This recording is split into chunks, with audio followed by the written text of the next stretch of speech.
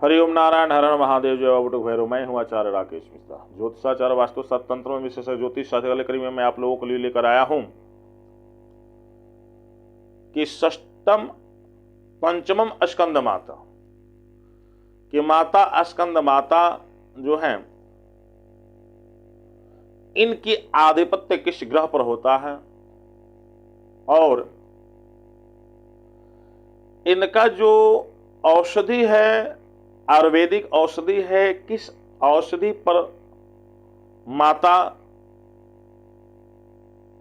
पंचमम स्कंद माता का आधिपत्य होता है हमारे विषय। क्यों कहा गया है पुत्रे चाम द्वितीयम ब्रह्मचारिणी तृतीय चंद्र घंटेति कुष्मांडेति पंचम स्कंद मातेति। पांचवा कौन है? स्कंद माता। तो स्कंद माता विशेषतः किस कार्य हेतु है? तो कहते हैं कि जिस व्यक्ति के ब्लड में फाइबर कम हो गया है, ब्लड कम हो गया है, ब्लड में दिक्कत है, खून में दिक्कत है,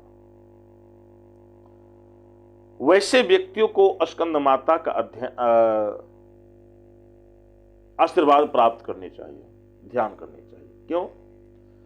क्योंकि पहले बताया प्रथमम शैलपुत्रीम च द्वितीयम ब्रह्मचारिणी तृतीय चंद्र कुष्मांडी चतुर्थम पंचमा मातेति। पांचवा स्कंद माता जो है तो इनकी आधिपत्य विशेषतः सिंह राशि वाले व्यक्तियों पर विशेषता होती है, क्योंकि पांचवा सिंह राशि है, पांचवा माता स्कंद माता है। तो स्कंद माता और सिंह राशि विशेष प्रभाव। और स्कंद माता का आवाहन भगवान सूर्य नारायण भी करते हैं। क्यों? क्योंकि सिंह राशि के जो स्वामी होते हैं, देवता होते हैं, सूर्य होते हैं, और उनके देवता माँ भगवती स्कंद माता हो गई। तो यदि आप सिंह राशि के हैं, बहुत परेशान नजर आ रहे हैं, कोई कार्य नहीं बन रहा है, तो वैसे व्यक्तियों को विशेषतः स्कंद माता के शरण में जानी चाहिए। क्योंकि यह स्कंद माता सिंह राशि वाले व्यक्ति के जीवन में आए हुए सभी संकट को दूर कर देते। विशेषतः सिंह राशि वाले व्यक्ति जो हैं थोड़ी सी प्राउडी आकार के होते हैं, प्राउडी स्वभाव के होते हैं, लेकिन वह जिनको मानते हैं बहुत मानते हैं। इससे विस्तार से देखा जाता है क्या, तो सिंह राशि वाले के व्यक्ति को सूर्य जो है देवता होते हैं, गुरु होते हैं, और उनकी गुरु कौन है? तो माँ भगवती स्कंद माता। इसलिए बार बार कहीं आप फंस रहे, बार बार कोई कार्य फंस रहा है, तो आपको हारना नहीं है, कोई चिंतन नहीं करना। क्या करना है? तो किसी भी नवरात्रि में माता स्कंद माता का ध्यान करते हुए आपको उनकी पूजन अध्ययन करनी चाहिए, इनकी जरी को धारण करना विशेषता। तो जरी कौन सी है? तो माता स्कंद माता का आधिपत्य जो होता है अलसी, हमारे बिहार प्रांत में इसको तीसी कहते हैं। बहुत सारे जो खेत बाड़ी में हम खेत इत्यादि में देखते हैं, फसल के आरी पारी लगते हैं तीसी का पौधा, वही तीसी। अब तीसी अलसी क्या करें? तो इस अलसी का जरी ले लें, किसी पंसारी के दुकान पर लाएं, अब कुछ जरी लेकर के जो व्यक्ति सिंह राशि वाले हैं उनको चाहिए वो अलसी का जरी लेकर के क्या करें? तो स्कंद माता के नाम से उस अभिमंत्रित में पूजन का संकल्प करें, और उसको लाल कपड़े में, लाल किसी भी चीज में पिरो कर पूजन करके संकल्प करके अपने गला या दाहिना भुजा में धारण करेंगे, तो आपका सूर्य भी मजबूत होंगे और माता भगवती स्कंद माता का भी कृपा आप पर बनी रहेगी।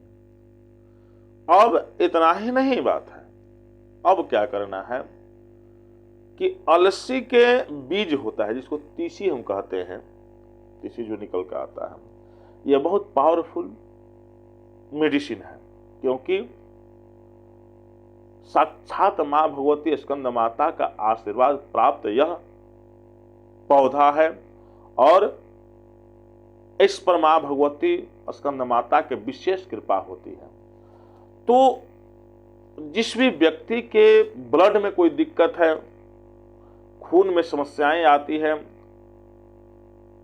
ब्लड कम हो रहा है, ब्लड में फाइबर कम बन रहा है, जिस कारण आप जीवन में बहुत निराश हो चुके हैं। सारे डॉक्टर लोग हार गए हैं। आपको नहीं लगता है कि अब इस रोग की दवा है ब्लड से संबंधित, तो आपको कहीं नहीं जाना है क्या?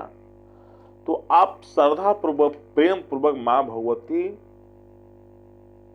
स्कंद माता का ध्यान करते हुए किसी भी नवरात्रि में या किसी भी पंचमी के दिन से, शुक्ल पक्ष पंचमी होनी चाहिए, माता स्कंद माता का ध्यान करते हुए पूजन करके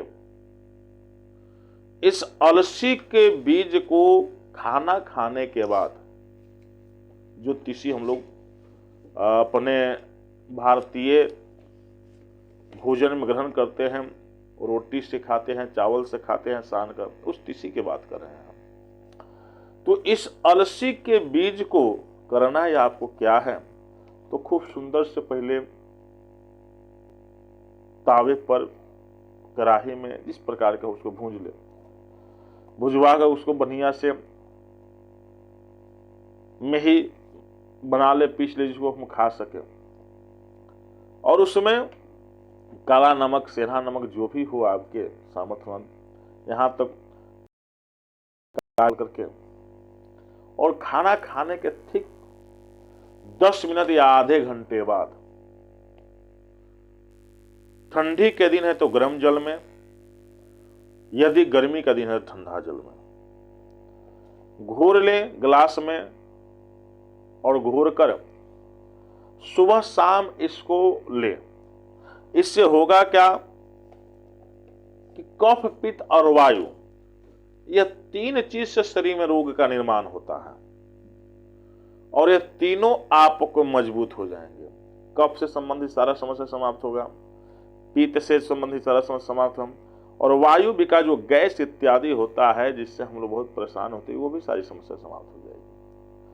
इसलिए कफ, पित्त, वायु 3 ही आयुर्वेद में सबसे ज्यादा रोग का जड़ कहा जाता है। ये जड़ ही मां भगवती स्कंद माता समाप्त कर देती है। इसलिए सभी को चाहिए कि कम से कम जो व्यक्ति कफ, पित्त, वायु, मतलब सभी लोग इस रोग से पीड़ित हैं, तो सभी लोगों को चाहिए क्या कि अलसी के भी तीसी को नित्य प्रतिदिन 6 महीने तक सुबह शाम काला नमक लगा करके खाना खाना आधे घंटे लें। इससे आपको शारीरिक विशेषता, जो परेशानी रोग है, उससे 100% निजात होगा, कोई दिक्कत नहीं है। जो क्योंकि इसमें फाइबर भी बहुत ज्यादा पाया जाता है, फाइबर की मात्रा अधिक होती है, और जिसमें फाइबर की मात्रा अधिक जानते हैं शरीर के प्रत्येक रोग को समाप्त है। इसमें रोग प्रतिरोधक क्षमता बहुत ही होती है। इसलिए मैं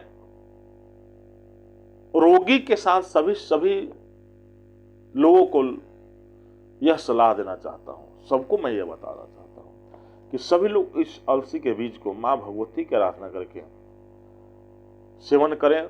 और विशिष्ट जब भी यह तीसी को आप ग्रहण करें तो आप रविवार से ग्रहण करें। क्यों?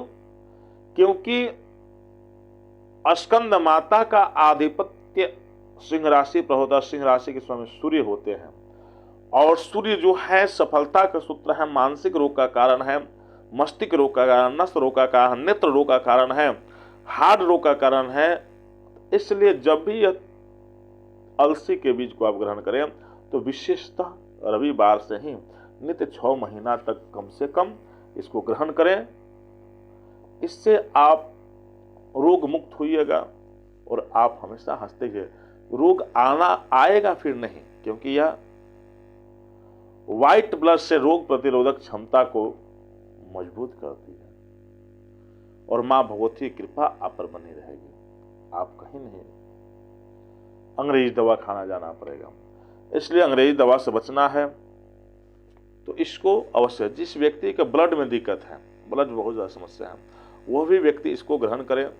मैं सामान्यतः सभी लोग को यही राय देना चाहूँगा क्या कि सभी लोग, जितने भी लोग हैं हमारे भारतवर्ष में, ये सभी लोग इस अलसी के बीज को ग्रहण करें सुबह और शाम काला नमक के साथ, उनका जीवन अवश्य ही सुखमय होगा। इतना ही अगर वाणी बुरा होता है। हर हर महादेव, जय।